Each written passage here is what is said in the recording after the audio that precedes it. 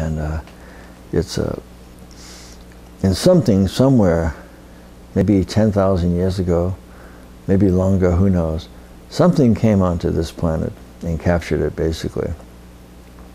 Christians call it Satan, Buddhists Maya, Hindus Maya, something. Don Juan referred to it in Castaneda's books as the shadow people, or whatever it is, whatever that energy is that has a spell on this planet, that has given us its mind to think with. That's why the only answer to it is through meditation. Is that prayer prepares you for meditation, because in meditation, through stopping and sitting and just observing and not doing, we start to understand that this process of change is happening. We also understand that that there's an inevitable part of this life is suffering. Old age, sickness, and death is inevitable. The Buddha never said that life is suffering. He just said an inevitable part of life is suffering. When you look at it, there's a lot of suffering going on. We're just used to it. Or we take pills, or we shift us. I mean, we breathe in and we breathe out. If you don't breathe in, there's a lot of suffering. If you don't breathe out, it's a lot of suffering. So we know what to do to take care of the suffering, to keep it at a level that is tolerant. If you let your mind race ahead and go into fear, you know, I always use this example of myself as I remember my mother used to sit around and do her bills at the table. And I don't know whether she did it this way, but when I saw her doing it, I always saw, you know, her doing the big tally, you know, lining up all the bills, you know. And I know years ago I used to sit down and I wouldn't just put down the week, you know, the bills for this week or this month. I would always add up what I owe for like eternity. You know? It's like $400,000. We owe $400,000 in debt. You know, we're $400,000. We have a house. We have a mortgage. You know, for $20,000 car mortgage. How are we ever going to pay that thing off? You know, and when you do that, well, you scare the hell out of yourself. That's all. You know, I always call it. I don't let my mother do the bills. I stopped letting her do the bills about 15 years ago. I realized that all I was doing was self-abuse. I was abusing myself. I was being abusive, because sitting down and doing it that way.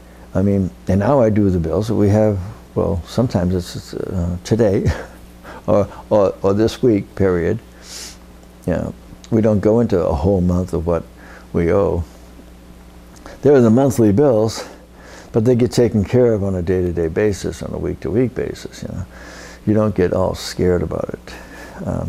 But if you let yourself do that, and you terrify yourself, and you abuse yourself, and you're not being here and now. You know, because here and now. I mean, how many times has it been during the week? Or next week, I don't know how it's going to happen. And stuff has come in. There have been times when it hasn't come in, and you did something else. You know, this thing is happening with the houses, and I do have a show that, by the way, that I went down. I was losing my house last couple of weeks ago. Losing it, I mean, you know, it was, everybody gave up, you know, the mortgage company gave up, everybody, all my friends gave up, and they said, you've lost it. You know, I said, no, we're not losing our center. You know, it's not just a house, it's a center, it's where people live. I have five friends that are there that are, you know, part of, you know, doing their creative process. They're artists, they're organic gardeners, they're massage therapists, they're musicians, architects. These are people that are, you know, we have a community where we live together. I said, you can't lose the house. I mean, everybody fell on hard times. You know, we couldn't make all the payments. Well, you know, and we're not allowed to ask for donations, so we can't ask for that. But PayPal, I'm on PayPal if you feel like doing that to help us. But anyways, we were losing the house, and you know, I just said, no, we're not. And we know we're not going to lose the house, that's all. And everybody's giving up. And say, well, you know, first of all, you have to make a decision that you're not going to do it, that it's not going to happen. And you have to find a way you have to believe that. You have to see that there isn't a logical way for this to happen that's okay. It has to be not okay. In every way that you can think of, it has to be not okay. And that will build you the energy up. You can't let that defeat you. We're attached to things like this, you know. We're attached to the house, attached to the center. We worked many, many years. You know, it's been 30 years to get to this place. You know, it ain't that much for all that work, and to lose that, it's like, wow. And you have to come to terms with that. You have to come to terms with that. This is called attachment. This is what brings suffering.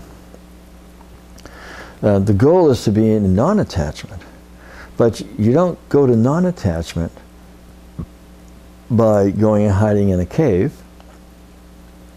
You go to non-attachment by having and not holding, having and not keeping, not possessing, having something, using a car, using a house, and possessing it. They're different energies.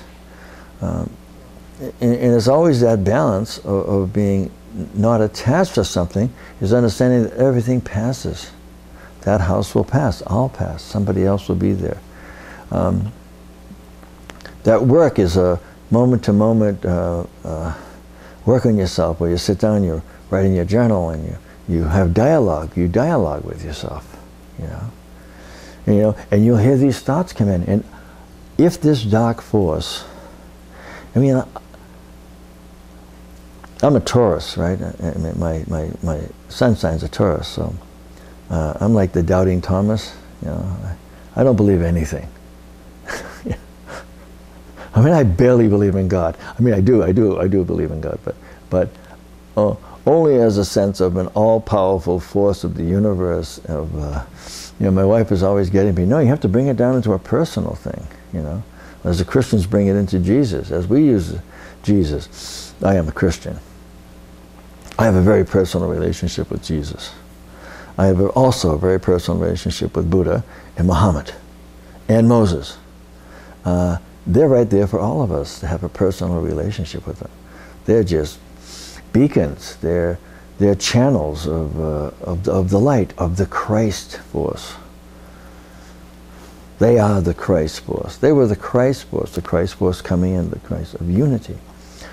But from what I've gathered, from what I've read, and from what it seems to be, there is a force that kind of has, that's in this planet. So maybe it's a negative force, that's why the Earth's a negative pole. That, as Don Juan said to Castaneda, when Castaneda said, well, you know, he was talking about this, you know, the universe, and he says, yeah, universe is not a benevolent place, but it teaches you great lessons if you let it. It'll teach you. It'll kill you, but it'll also, you can learn a great deal while it kills you. But he was saying that, and which is really interesting, because if any of this is true, but it's still, it doesn't matter. It's the story, because the story is true. The myth is true, not that it happened. It's the truth of the myth, the truth of Jesus, the truth of Buddha, the truth of Moses, the truth of Muhammad. Who they were and what actually happened is not as important as the moral lessons and the power that has been handed down from generation to generation to help us to wake up, to not kill ourselves, to not give up.